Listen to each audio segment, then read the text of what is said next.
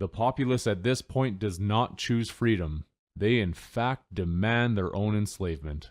So, the suggestion for everyone is to do what the heart would do. Find each other and legitimately work together. Not as a set of words or as an idealized notion, but to earnestly do so. The very action of it, this very moment.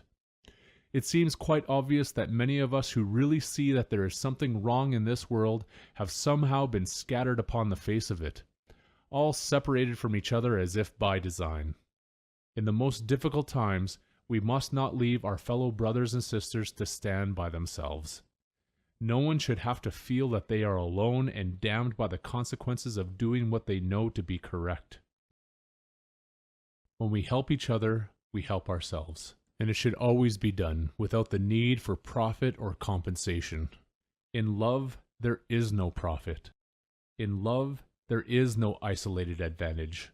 The ways of the world have twisted this word love into a corrupt formation of what it truly means, which is why there is such a hesitation in its use.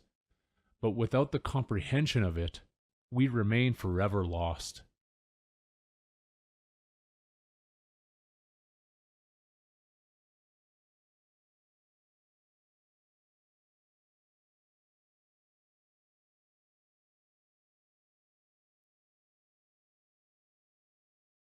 Where is the heart?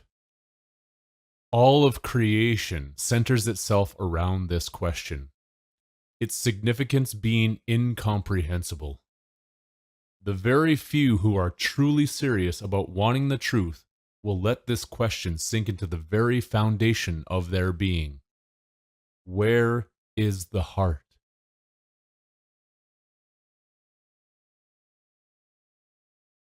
Instead, the question that needs to be asked is this: what have I done today for my brothers and sisters that have fallen behind me? In this human race where everyone is trying to get ahead in the pursuit of building temporary little empires, who is looking behind themselves to see who has been left behind? Who is doing everything they can to lift the spirit of those who have fallen right to the bottom of this world, which is a place with the least amount of light?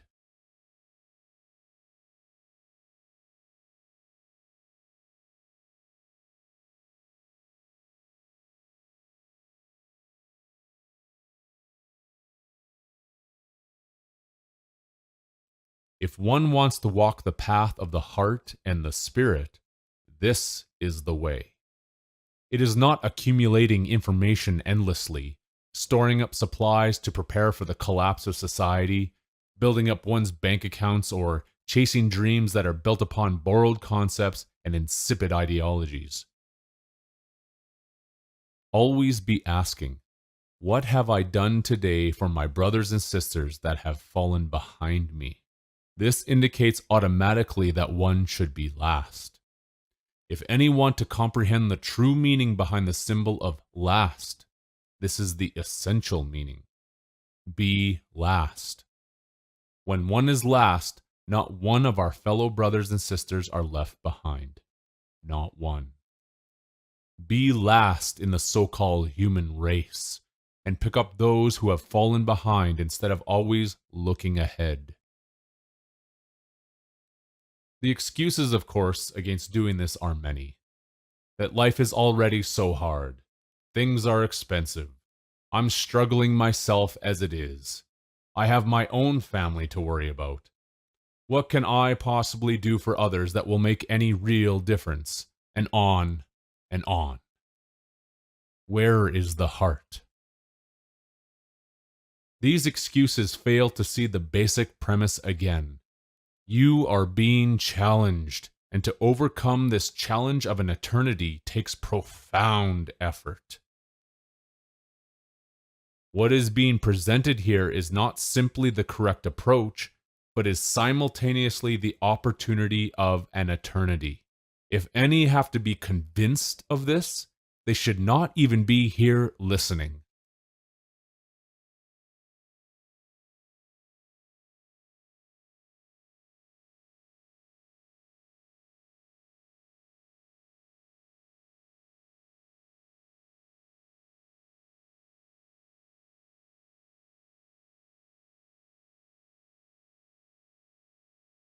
It is the one who would see their brother or sister fall down on the long walk through the desert, and instead of giving the last sip of water in the canteen to them, takes it for themselves because the other is deemed to be done for, and the mind justifies its action by saying, at least one of us might survive.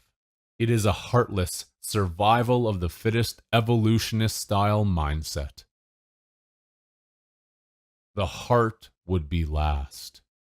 It would not only give that last sip of water to their fallen brother or sister, it would also do everything it could to carry them out of that hell.